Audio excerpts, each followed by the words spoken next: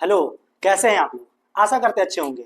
आज का वीडियो हम लोग जा रहे हैं देखने के लिए कि डीडीयू में एडमिशन प्रोसेस क्या है। यदि आप डीडीयू में किसी कोर्स में आप एडमिशन लेना चाह रहे हैं तो उसकी पूरी प्रक्रिया क्या है, कितने सीट्स हैं, कौन कौन से इसमें सब्जेक्ट हैं, कौन कौन से कोर्सेस हैं जो डीडीयू यूनिवर्सिटी गोरखपुर में रेगुलेट होते हैं, उसकी फीस क्या है, ये सारी चीजें जितनी भी जो भी आपके डाउट होंगे वो सब हम आज सॉल्व करेंगे और देखेंगे कि क्या क्या प्रक्रिया है, क्या क्या चीजें गोरखपुर यूनिवर्सिटी में होती हैं जिसमें आप एडमिशन लेते हैं तो आपको क्या क्या फैसिलिटी देखने को मिल सकती है, कितनी फीस है, कितनी सीट्स हैं। ये बहुत इंपॉर्टेंट बात होता है किसी भी कॉलेज और यूनिवर्सिटी के लिए।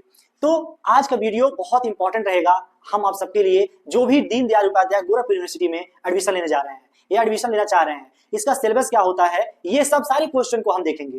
तो यदि आप चैनल पर नए हो प्लीज चैनल को लाइक करें, सब्सक्राइब करें और अपने उन दोस्तों को शेयर करिए जो डीडीयू दीनदयाल उपाध्याय गोरखपुर यूनिवर्सिटी में एडमिशन लेना चाह रहे हैं। तो आइए हम देखते हैं कि कितनी सीट्स हैं, क्या क्या चीजें हैं गोरखपुर यूनिवर्सिटी में। ये है आज की वीडियो जो बहुत इंपॉर्टेंट वीडियो होने जा रही है। तो आइए देखते हैं क्या क्या प्रोसेस है अगर यदि आप एडमिशन लेने जा रहे हैं तो। सबसे पहली चीज इसमें कौन कौन से कोर्स रेगुलेट होते हैं तो देख सकते हैं आप। बीए हो गया, बीए सब्जेक्ट हो गया, बीएससी हो गया, बीएससी मैथ से, बीएससी बायो, बीकॉम, बीएससी, बीएजी, एमएससी जर्नलिज्म का कोर्स हो गया और बीटेक कोर्स हो गया, बीपीएटी, बी फार्मा, डी फार्मा जो लास्ट ईयर से रेगुलेट होने जा रहा है। ये सारे कोर्सेज देख सकते हैं। वही 3 ईयर प्रोग्राम में आ सकते हैं, बीएससी एमएलटी भी है, बीएलई अगर लॉ डिपार्टमेंट में आप एडमिशन लेना चाह रहे हैं तो बीएलएलबी कोर्स भी यहाँ रेगुलेट होते हैं। वही 2 ईयर प्रोग्राम में डी फार्मा जैसे कोर्स भी रेगुलेट हो रहे हैं। तो और बीसीए और बीबीए जैसे कोर्स भी दीनदयाल उपाध्याय गोरखपुर यूनिवर्सिटी में आपको रेगुलेट होते हैं। इसकी सबसे इंपॉर्टेंट बात एप्लीकेशन फीस की। यदि आप फॉर्म भरने जा रहे हैं तो एप्लीकेशन फीस कितना है तो देख सकते हैं। जनरल ओबीसी के लिए 800 रुपए है, जो BA, BSc mathematics, BSc biology, BCom ये कुछ एक कोर्सेस, इन कोर्सेस के लिए 800 रुपए फीस है। वही एससी एसटी के लिए इन्हीं सारे कोर्सेज के लिए 400 रुपीज है। इसके अलावा जितने भी कोर्सेस हैं चाहे वो ग्रेजुएट्स के 3 ईयर हो, 4 ईयर प्लान, किसी भी प्लान का हो, तो उसका जनरल ओबीसी का 1200 फीस है। कितना है? 1200। वहीं एससी एसटी के लिए 800 फीस है। ये रही एप्लीकेशन फीस की जानकारी। आगे देखेंगे इसमें रिजर्वेशन प्रक्रिया क्या है। रिजर्वेशन देख सकते हैं, शेड्यूल कास्ट का 21% जो है ये रिजर्वेशन होता है for the SC category and for ST 2% reservation होता है and other means OBC category के लिए 27% ये रिजर्वेशन प्रक्रिया है। इतने बच्चे एडमिशन कैटेगरी वाइज जरूर से जरूर इसमें एडमिशन ले पाएंगे। नेक्स्ट चलेंगे, कुछ अलग से आपको बेनिफिट मिल सकते हैं, जैसे कोई दिव्यांग हो गया, कोई फ्रीडम फाइटर हो गए, इनके लिए भी कुछ परसेंटेज निर्धारित होते हैं जो रिजर्व होते हैं उनके एडमिशन प्रोसेस के लिए। सबसे इंपॉर्टेंट बात वुमेन और गर्ल्स के लिए है कि 2% जो होता है, ये 2% रिजर्वेशन वेटेज में 2% वेटेज उनके लिए फिक्स किया गया है फॉर द वुमेन एंड जिसके पास एनसीसी का बी सर्टिफिकेट है उनके लिए भी 2% रिजर्वेशन वेटेज के तौर पे दिया गया है। एंड फॉर तो 2% जो है जो स्काउट होते हैं, एनएसएस होते हैं, उनके लिए भी ये 2% रिजर्वेशन मेंशन किया गया है। अनदर जो है 10% रिजर्वेशन जो अनमैरिड सन डॉटर हैं, जो उसमें पढ़ाते हैं, जो कर्मचारी होते हैं, उनके बच्चे के लिए भी 10% वेटेज को दिया गया है गोरखपुर यूनिवर्सिटी में। नेक्स्ट चीजें हैं, यदि आप इसका क्वालिफिकेशन क्या है, जिस किसी भी कोर्स में आप एडमिशन लेना चाह रहे हैं तो उसका मिनिमम क्वालिफिकेशन क्या होनी चाहिए। जैसे बैचलर ऑफ आर्ट के लिए आपको पता होना चाहिए कि 12th पास, जनरल क्या है 12th पास होना चाहिए। किसी भी सब्जेक्ट से हो, किसी भी सब्जेक्ट से आप चाहे मैथ्स से हो, चाहे बायो, चाहे आर्ट, कॉमर्स, किसी से भी हो, आप बीए कर सकते हैं, बैचलर ऑफ आर्ट में एडमिशन ले पाएंगे। बैचलर ऑफ साइंस मैथमेटिक्स के लिए आपके पास वन ऑफ द मैथ जो होना चाहिए, मैथ 12th में मैथ जरूर होना चाहिए। वहीं बीएससी ऑफ बायोलॉजी में आपके पास एक सब्जेक्ट जो है बायोलॉजी होना चाहिए। कॉमर्स में देख सकते हैं candidate must have pass the equivalent, कोई भी आप जनरल आप इंटरमीडिएट पास होने चाहिए। वहीं bachelor of science home science के लिए आपके पास आप 12th पास होने चाहिए, तब भी होम साइंस में आप एडमिशन ले पाएंगे। बैचलर ऑफ कॉमर्स में भी 12th पास एंड अदर्स जो भी हैं सारे जो कोर्सेस आप देख सकते हैं कि क्या क्या चीज आपकी एलिजिबिलिटी है। आप यदि आप डीडीयू में एडमिशन लेना चाह रहे हैं, एप्लीकेशन फॉर्म भरना चाह रहे हैं तो। नेक्स्ट देख सकते हैं आप एमएलटी है और क्या है, बिजनेस बीबीए है, बीसीए है, सबसे इंपॉर्टेंट बीएलएलबी। बहुत सारे बच्चों का स्टूडेंट कह रहा होगा बीएलएलबी के लिए क्या है, आप जनरल 12th पास होने चाहिए। कोई भी क्राइटेरिया नहीं है कि आप मैथ से हो, साइंस से हो, किसी से, बस कि आप 12th पास हो और मिनिमम जनरल कैटेगरी 45% आपको 12th में होना चाहिए और वही एससी एसटी है तो आपके पास 40% होना नेसेसरी है। नेक्स्ट आप देख सकते हैं, आप इसमें एक चीज और देखेंगे, अंडर ग्रेजुएट इंट्रेंस टेस्ट में क्या क्या चीजें होती हैं। One of the important question है, ये जूम कर देते हैं, देखिए देख सकते हैं अंडर ग्रेजुएट टेस्ट जो होता है 100 मार्क्स, 100 क्वेश्चन होते हैं, 100 ऑब्जेक्टिव क्वेश्चन होंगे and each question carry 2 marks 2 marks का होगा। ड्यूरेशन क्या है? 2 आवर। बहुत इंपॉर्टेंट चीज है, ये ध्यान से देखिएगा। 2 आवर है और 2 मार्क्स का होगा 1 क्वेश्चन। टोटल कितने हो गए? 200 मार्क्स हो गए। और इसमें सबसे इंपॉर्टेंट है कोई भी निगेटिव मार्किंग नहीं होती है। ये रही जो एंट्रेंस टेस्ट होता है उसकी जानकारी।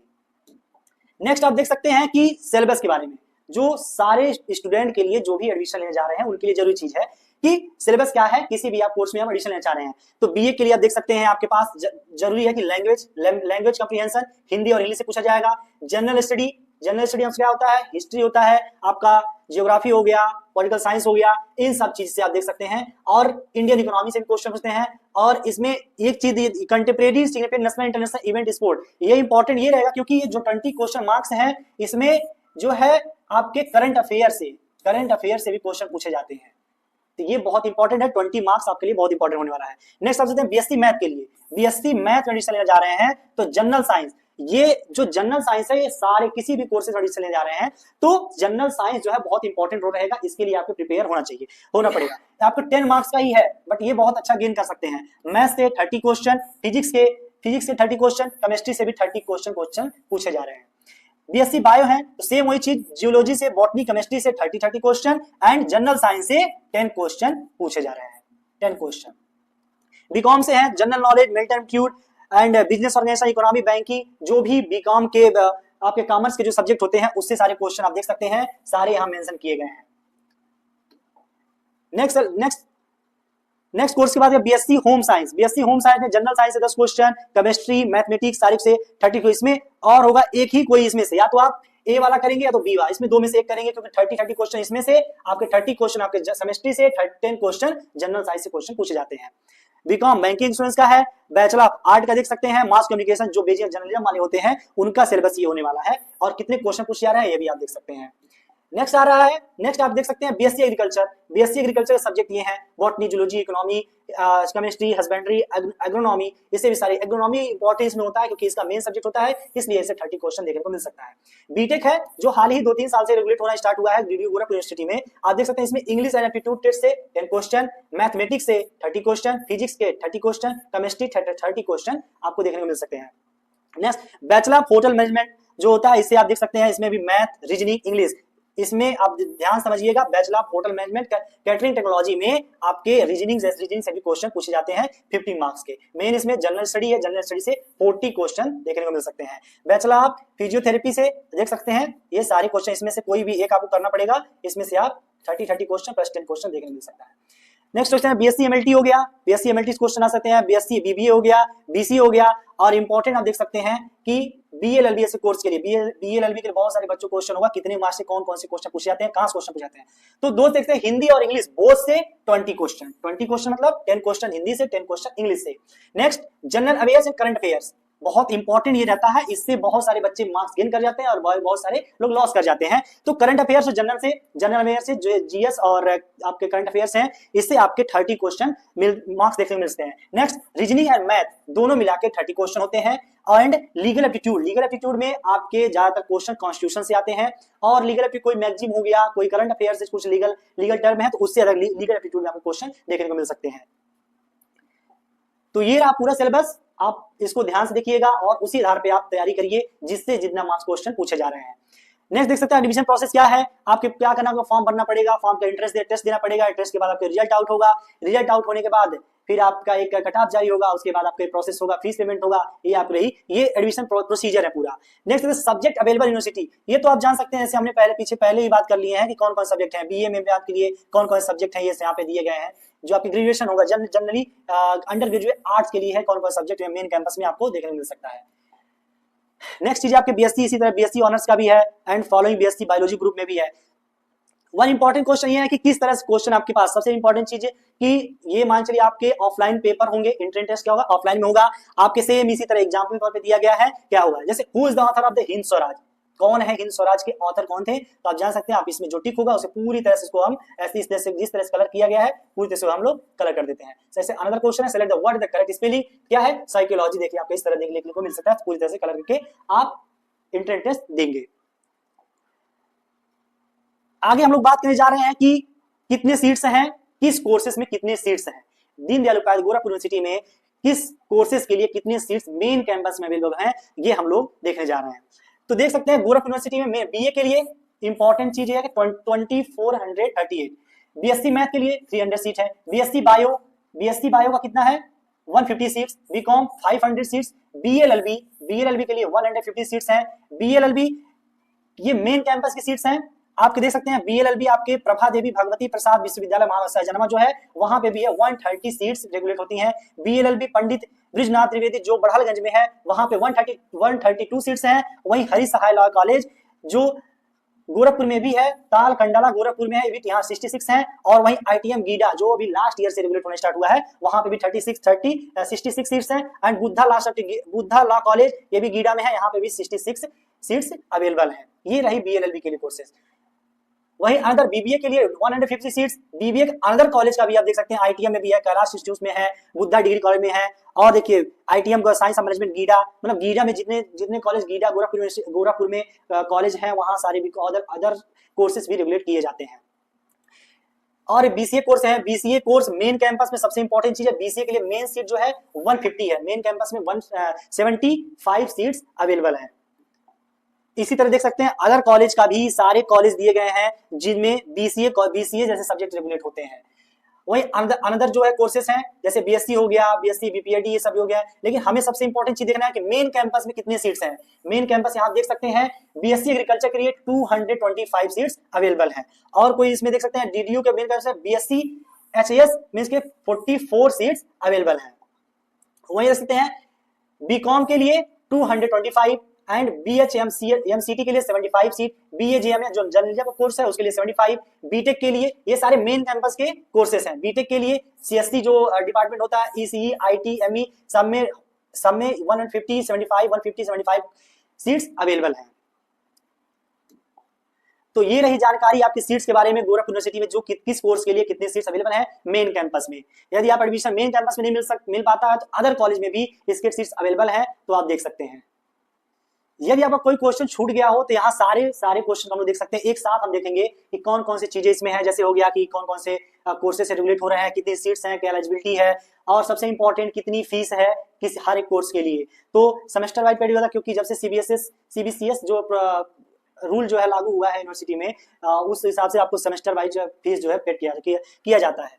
तो सबसे पहले में आप देख सकते हैं बीएलएलबी ऑनर्स के लिए 150 सीट्स हैं और इसकी एलिजिबिलिटी क्या है 12+, मतलब 12 पास होना चाहिए। और इंपॉर्टेंट ये है फीस इसकी 200 पर सेमेस्टर, ये 200 पर सेमेस्टर इसकी फीस है, मतलब एक ईयर में 40,000। और यूनिवर्सिटी फीस मतलब ज्यादा कुछ नहीं होता है आपका। इसके बाद एग्जामिनेशन फीस नियरली 1000 रुपीज के लगभग दिया जाता है और वन टाइम में 200 केवल रजिस्ट्रेशन होता है। इसके अलावा आपको कोई फीस देखने को नहीं मिलता है। क्योंकि मैं भी बीएलएलबी का स्टूडेंट रह चुका हूं तो इसके बारे में आपको बहुत अच्छी जानकारी मिल सकती है। अदर आपका बिजनेस है, बैचलर ऑफ बिजनेस जो बीबीए है, बीबीए के कोर्स के लिए आपके पास मेन कैंपस में 60 सीट्स हैं, 12 पास आउट होना चाहिए। और सेमेस्टर वाइज क्या है 25,000 पर सेमेस्टर। और यूनिवर्सिटी फीस मैनेजमेंट कोटा की अगर आप आते हैं तो 37,500 सेमेस्टर फी और यूनिवर्सिटी फीस आपको देखने को मिल सकता है। अदर बीसीए कोर्स के लिए मेन कैंपस में सीट 75 है, 12 पास आउट होना चाहिए और 25,000 पर सेमेस्टर आपकी फीस देखने को मिल सकती है। अदर बीएससी एग्रीकल्चर के लिए कितना सीट्स हैं 225 सीट्स मेन कैंपस में है और वहीं 12 पास आउट होना चाहिए एग्रीकल्चर स्ट्रीम से। ये ध्यान देना चाहिए आपको, साइंस होना चाहिए या तो एग्रीकल्चर स्ट्रीम से आप पास आउट हो। और इसकी फीस क्या है 20,000 पर सेमेस्टर। वहीं क्या है bachelor of commerce banking insurance, इसके मेन कैंपस सीट 225 है। इसकी सेमेस्टर वाइज फीस कितनी है 15,000 पर सेमेस्टर है और वही 2,000 वन टाइम में आपको देना पड़ता है जब रजिस्ट्रेशन होता है तब। अदर है जैसे होटल मैनेजमेंट कैटरिंग टेक्नोलॉजी के लिए कितना है 75 सीट्स हैं और इसकी 12 पास आउट होना चाहिए आपको। पर सेमेस्टर कितनी है 30,000 पर सेमेस्टर फीस है किसका होटल मैनेजमेंट का। वही 300 वन टाइम आपको देना पड़ेगा और वही यूनिवर्सिटी फीस जो होगी वो यूनिवर्सिटी फीस के तौर पे आपको ज्यादा चिंता करने की जरूरत नहीं है क्योंकि यूनिवर्सिटी फीस कोई बहुत ज्यादा नहीं होती है आपके 1,200 2,000 नियरली यही आपको यूनिवर्सिटी फीस देखने को मिल सकती है। वही bachelor of journalism mass communication के लिए 60 सीट्स हैं, वही 10,000 पर सेमेस्टर आपको फीस देखने को मिल सकती है। ऐसे बीटेक के लिए एक ये भी बहुत स्टूडेंट के लिए रहा बीटेक की फीस कितनी सीट्स हैं और कितना फीस है तो 150 सीट्स हैं और 50,000 पर सेमेस्टर आपकी फीस देखने को मिल सकती है बीटेक कोर्सेज के लिए Deendayal Upadhyay Gorakhpur university main campus में। इधर आपके कुछ और कोर्सेज हैं, जैसे बीटेक इलेक्ट्रॉनिक हो गया। बीटेक आपको बताया कि बीटेक में कई सारे इसमें डिपार्टमेंट होते हैं, जैसे ईसी हो गया, आईटी हो गया, सीएस हो गया। इस सब के लिए आप देख सकते हैं बीटेक इलेक्ट्रॉनिक कम्युनिकेशन 75 सीट्स हैं, वहीं बीटेक इन्फॉर्मेशन टेक्नोलॉजी आईटी में 250 सीट्स हैं, और बीटेक मैकेनिकल इंजीनियर के लिए 75 सीट्स हैं। बट आपकी फीस देख रहे हैं सबको, बीच से फीस सबकी सेम है 50,000 पर सेमेस्टर, मतलब ईयरली 1 लाख 1 ईयर का आपको देखने को मिल सकता है। तो ये रहा पूरा detailed video Gorakhpur university, Deendayal Gorakhpur university के बारे में। यदि आप एडमिशन लेने जा रहे हैं तो ये सारे आपको चीज देखने को मिल सकता है। आशा करते हैं आपके सारे क्वेश्चन का आंसर मिल चुका होगा। इसके अलावा किसी भी चीज के पास जानकारी लेना चाह रहे हैं तो आप कमेंट कर सकते हैं, और किसी भी टॉपिक पे और बात करना चाह रहे हैं, कोई सुझाव देना चाह रहे हैं तो भी इसका आप कमेंट कर सकते हैं। और आप पूरा देखने के लिए आपको बहुत बहुत थैंक यू और धन्यवाद। और आप प्लीज चैनल को लाइक करें, शेयर करें, सब्सक्राइब करें। Thank you.